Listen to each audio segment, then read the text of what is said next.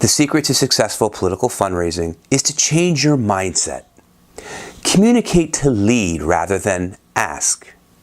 And master the 3 channels of communication: the verbal, vocal, and visual channels.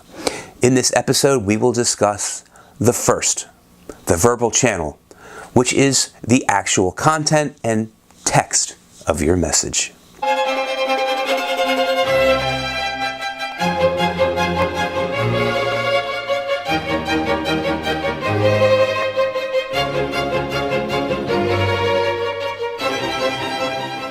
Welcome to PA Voter Information Network. This is Larry DeMarco, your host. Are you anxious about this upcoming election season? Well, I have a cure.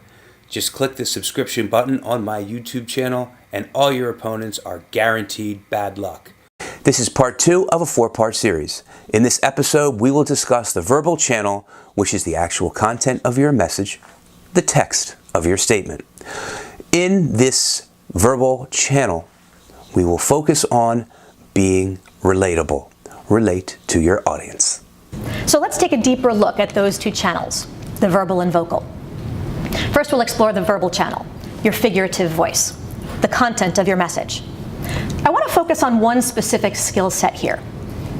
For you, storytelling is going to be one of your most powerful tools in connecting with your audience.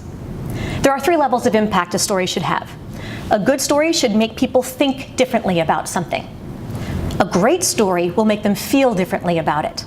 But a truly inspiring story will change the way people behave as a result of it. What makes a story so powerful? You have to find a way to make it relatable. Sometimes finding that connection is easier than others, but when it clicks, that's when you've struck gold.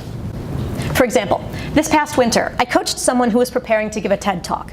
Up until 10 years ago, he'd been on the top 10 list of the most violent prisoners in the UK, number 6 specifically. He had committed every kind of heinous crime imaginable, up to and including attempted murder, and he was proud of it back in the day. The details were beyond gruesome.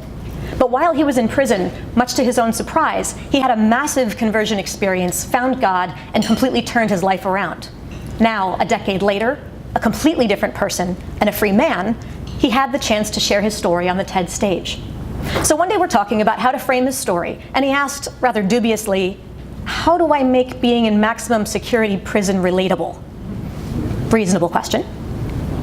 Now, while he might not have been able to get the audience to relate to the incarceration itself, he was able to share some other details, like having been mercilessly bullied as a child, which helped the audience to understand and relate better to how his journey began, because bullying is a problem that tugs at everyone's heartstring in modern society. But sometimes it's even the smaller details that offer a glimpse of relatability in their humanity. When I asked him to tell me about his conversion journey, he said that it all started when one day the guard told him to go see the chaplain. He wasn't religious, he had no interest in God, but he also had nothing better to do, so I figured he'd take a walk. He went down to the chaplain's office and realized that he'd walked in on an alpha meeting, which teaches Christian formation for male inmates. Now, this was the last thing he wanted to participate in, so he turned to leave and was about to walk out the door when another inmate whispered something that would forever change his life. He said, "Hey, if you stay, you get cake." Now, at first, I wasn't sure I heard him correctly, so I checked. Cake? He said, "Yeah, cake. You don't see a lot of cake in prison," so I stayed.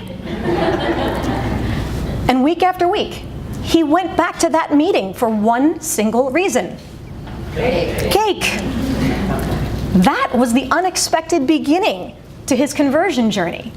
But think about it, how relatable is that?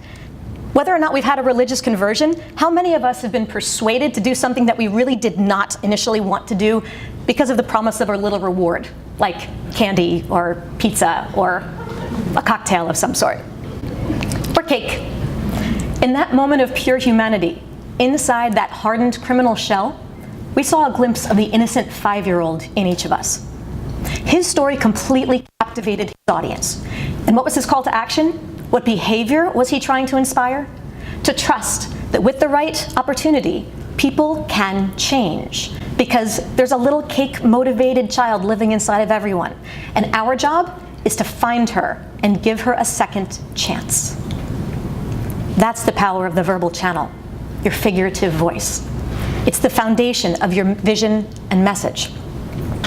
The next step is to master how you say it, delivering your story in a way that grabs hold of your listener and won't let go. This has been part 2 of a 4-part series in which Dr. Sicola discussed the verbal channel of communication. In the next episode, she will take a look at the vocal channel.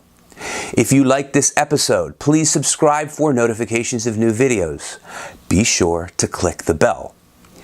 Forward this link to all the people on your contact list or social media friends. Click the like button and leave a comment. Love to hear your feedback. Signing off. Tune in next time. Bye for now.